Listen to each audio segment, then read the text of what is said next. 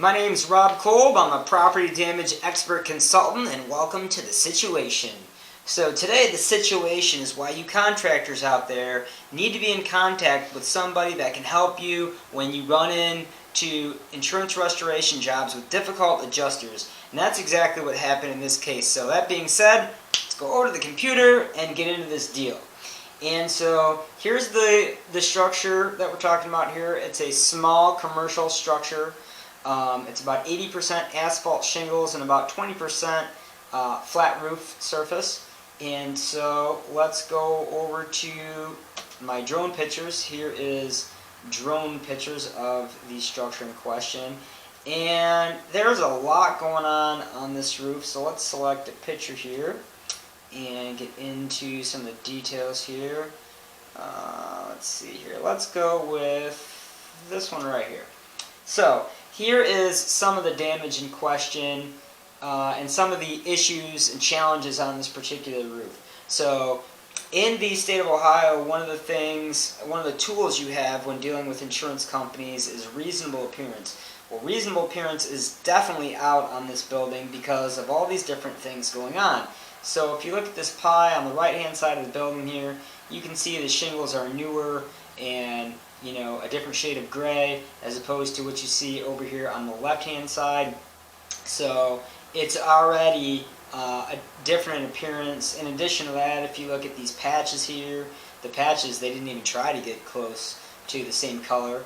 You can see that these valleys have been done in the past and are different colors. But then these black areas right here, that's actual legit fresh wind damage. Okay, here wind damage back here. You can see some wind damage way back here. I'm just showing you this one particular picture. But the point is, the damage in question is in fact fresh. So there's no question that the insurance company does in fact owe for the fresh damages. Okay, so your reasonable appearance presentation is out. Okay, due to everything we just discussed. Now you're on to the repairability of the roof. Can you effect repairs on this roof without damaged neighboring shingles? And so I flew the drone up, but I also get up on the building and I do an evaluation and I figure out the answer to those questions. And so my opinion was these shingles are not repairable just because you barely touch them and they're ripping and tearing. And so, I know that there's no way you're going to be able to get a shingle in there and get a proper repair.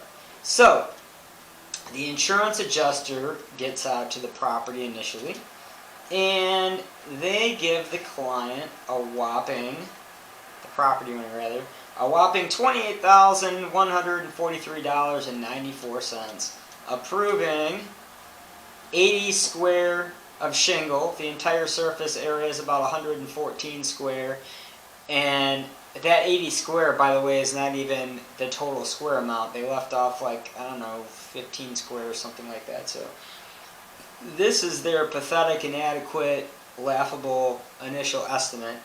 Not even close to enough money to hire a reputable, good contractor that's going to do a good job following all building codes and whatnot. And so obviously I'm over here saying that, let's pull up my estimate by the way first. So here is the estimate that I submitted, and the total came up to $82,140. It's replacing 101 square, which is all the shingled area, and it's replacing all the flat sections as well. So that's my estimate. And so I presented to the insurance company in a logical way, backed up with documentation, photographs, building codes, and other irrefutable facts on why this whole roof needs to be replaced. Big surprise, the insurance company basically says go pound sand. And so what do you do now?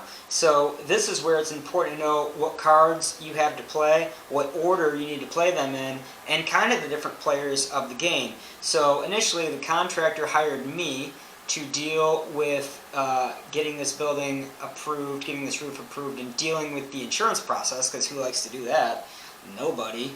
And so the initial payout by the insurance company was the $28,000. I submit this estimate. The insurance company basically says go pound sand. So what do you do next? So what I decided to do next is I decided to bring in a forensic and structural engineer to look at the roof and analyze it to see if whether or not he agrees with my initial opinion.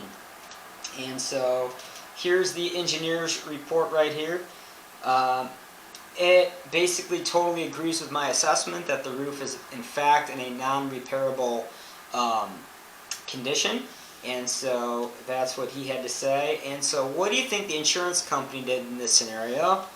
They hired their own engineering company. And guess what those guys had to say?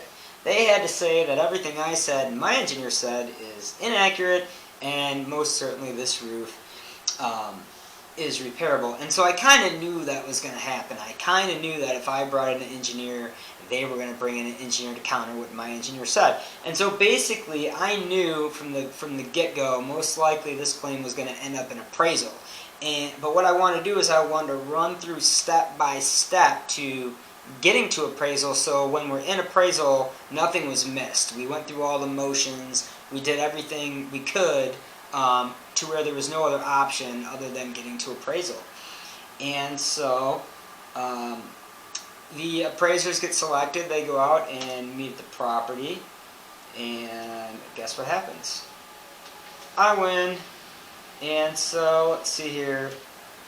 So here is the appraisal award right here. It went from that $28,000 initial offer by the insurance company, and we ended up at, let's see here, $75,047.10. So remember, they were at 28, I was at 82, and we settled at $75,000 and some change, and so basically I almost got everything that I wanted to. So this is an example where you insurance restoration contractors, or contractors in general, if you're dealing with insurance claims, it's very important that you have contacts such as property damage expert consultant, maybe a public adjuster, maybe an appraiser, maybe an engineer. All those people have different roles in this business, and you're probably going to need every single one of those people at some point in time. And so I wanted to illustrate to you guys how these deals can kind of shake out, where they can start, and if you know what to do and you stay persistent, you bring in the right people, where you can go. So that being said, I hope you guys like this video. Please subscribe to my channel, and if you have any other ideas or suggestions on topics you may want us to shoot, just ask and we'll be happy to get it done. You guys have a good one.